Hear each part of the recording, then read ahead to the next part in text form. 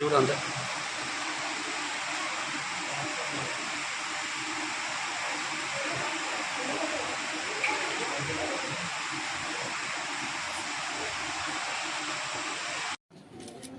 5వ నెలలో electrical shock వలన 2 కాళ్ళు ఒక చైన్ తీసివేయడం జరిగింది.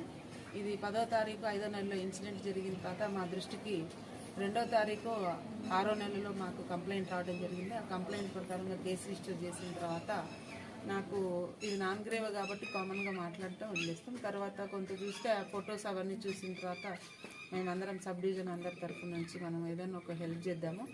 ఈ హెల్ప్ మీడియాలో ఇవ్వటం అనేది ఇంపార్టెంట్ కాదు మాకు, కానీ ఒక చంద్రునికో నూలు పోగులాగా మనం ముందుబడి సహాయం చేసినట్టయితే ఈరోజు సోషల్ మీడియా ద్వారా తర్వాత ఎలక్ట్రానిక్ మీడియా ద్వారా ప్రజలందరికీ కూడా ఈ వార్త పోతే 2 ఆడపిల్లలు ఉన్నారు, ఆయన కదలలేని పరిస్థితి ఉంది.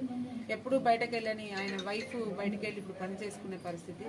ఎంత పని చేసుకున్నా కుటుంబం మాత్రం గడుపుకోగలుగుతుంది, కానీ వాళ్ళ భవిష్యత్తుకు కానీ రేపు పెళ్లికి కానీ ఏదైనా అవసరానికి మనం సహాయ సహకారాలు అందిద్దామని ఒక ఆలోచనతోటి నా సబ్ డివిజన్ ప్లస్ నా స్నేహితులైనటువంటి దొరబాబు అండ్ శ్రీవాణి గారు వారి సహాయంతో మొత్తం ఒక 60,000 రూపీస్ మేము గ్యాదర్ చేసి పిల్లలు 2 పేరు మీదన 30,000 మ్యూచువల్ ఫండ్స్లో పెట్టడం జరిగింది. మ్యూచువల్ ఫండ్స్లో మీ అందరికీ తెలుసు, ఫిక్స్డ్ డిపాజిట్స్ కన్నా కూడా మ్యూచువల్ ఫండ్స్లో అయితే కొంచెము మనకి ఇంట్రెస్ట్ ఎక్కువ వస్తుంది కాబట్టి పిల్లల భవిష్యత్తుకు పనికొచ్చేటట్టుగా మేము సహాయం అందించాం. అదేవిధంగా ప్రజలందరికీ కూడా విన్నపం ఏంటంటే ఈ పిల్లలందరికీ మీరు ఎవరు సహాయం చేసినా కానీ ఒక అకౌంట్ నెంబర్ని మేము క్రియేట్ చేయడం, వాళ్ళకి అకౌంట్ ఓపెన్ చేయడం జరిగింది SBI బ్యాంకులో.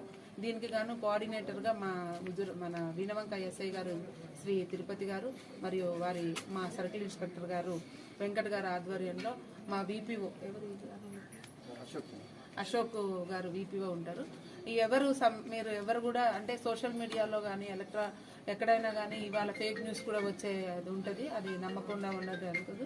ఇది నిజమైన వార్త కాబట్టి ఎవరైనా కానీ పిల్లలకి సహాయ సహకారాలు అందించాలంటే మేము ఇచ్చిన వాళ్ళు ఇచ్చిన అకౌంట్ నెంబర్కి డబ్బులు పంపిస్తూ ఆ రిసీట్ని మా VPO నెంబర్ కూడా ఇస్తాము. పంపించినట్టయితే ఇదే విధంగా మీరు ఇచ్చిన డబ్బు రూపాయి కూడా మిస్యూజ్ కాకుండా పిల్లలిద్దరికీ మ్యూచువల్ ఫండ్స్లో మళ్ళీ పెట్టించేటట్టు చూసే బాధ్యత మా తరఫు నుంచి తీసుకుంటున్నామని తెలియజేస్తూ ఎవరైనా సహాయ సహకారాలని మా పిల్లలకి ఇవ్వాల్సిందిగా కోరుకుంటున్నాను. Thank you.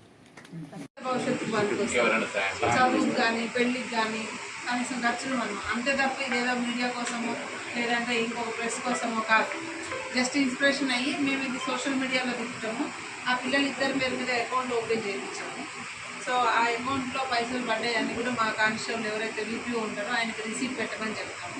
అవి కూడా పిల్లలకి మ్యూచువల్ ఫండ్స్లో పెట్టిస్తాం. చేతి ఖర్చులు ఎవరో ఒకళ్ళు వస్తారు, ఏదో నడుస్తుంది, ఏది ఆగదు. కానీ చదువుకి వాళ్ళ భవిష్యత్తుకి పైసలు అవసరం. అవునా కాదా? అవునా కాదా? గవర్నమెంట్ వాళ్ళు మీకు రైస్ ఇస్తారు, మిగతా మనం ఏదో దీన్ని మనం అయితే కల్పించుకోగలుగుతాం. ఇంట్లో మనం పని చేసుకున్నా కానీ నడుస్తున్నాం. సో మేమేంటంటే పిల్లల భవిష్యత్తు కోసం ఒక ఆలోచన చేయడం.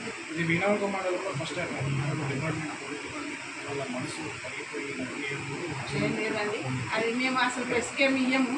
కానీ మా ఉద్దేశం, మా అందరి ఉద్దేశం ఏంటంటే మేమే సాయం చేసినప్పుడు తలా కొన్ని పైసలు వేస్తే అది మేము సోషల్ మీడియాలో కానీ మీడియాలో, ఎందుకంటే నేను వేములవాడలో చేసినప్పుడు కూడా ఇట్లా ఇంకా వీళ్ళిద్దరు మదర్ ఫాదర్ ఆర్ఫన్స్కి మేము ఫండ్ రైజ్ చేస్తే ఏమైందంటే పిల్లలందరికీ ఒక 6 లక్షలు వచ్చింది. 3 పిల్లలకి 2 లక్షలు వేస్తే ఇప్పుడు వాళ్ళు మంచిగా అదే వాళ్ళకి కొత్త.